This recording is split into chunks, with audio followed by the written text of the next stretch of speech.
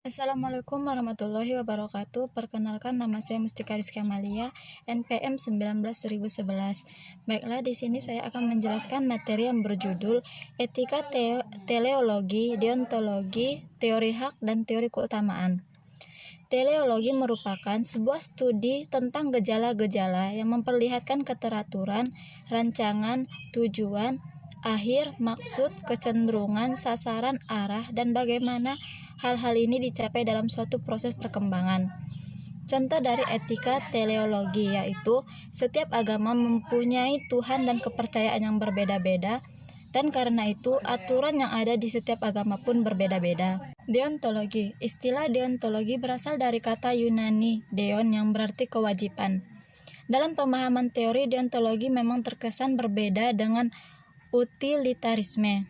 Jika dalam utilitarisme menggantungkan moralitas perbuatan pada konsekuensi, maka dalam deontologi benar-benar melepaskan sama sekali moralitas dari konsekuensi perbuatan.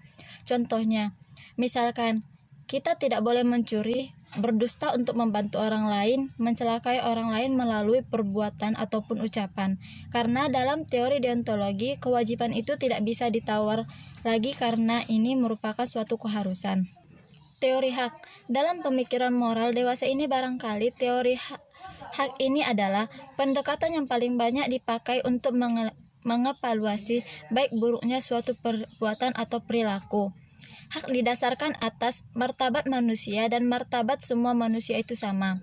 Maka teori hak pun cocok diterapkan dengan suasana demokratis.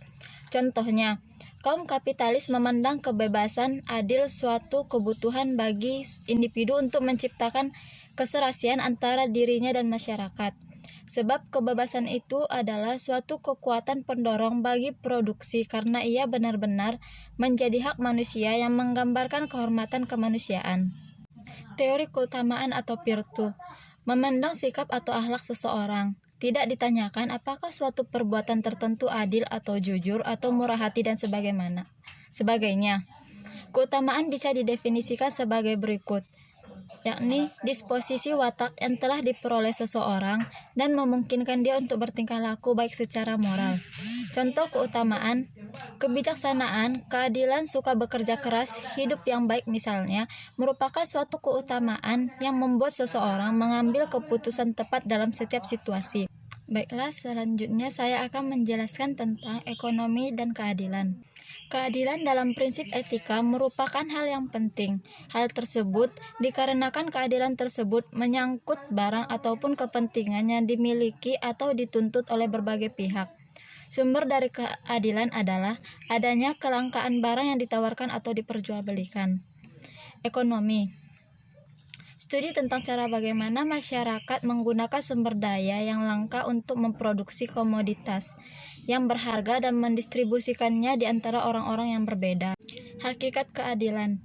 Keadilan adalah memberikan kepada setiap orang apa yang menjadi haknya. Ciri khas keadilan. 1. Keadilan tertuju pada orang lain, atau harus ada orang lain karena diri sendiri tidak bisa menilai keadilan untuk dirinya. Yang kedua, keadilan harus ditegakkan. Yang ketiga, keadilan menuntut persamaan. Mungkin cukup sekian yang dapat saya sampaikan, kurang dan janggalnya saya mohon maaf. Assalamualaikum warahmatullahi wabarakatuh.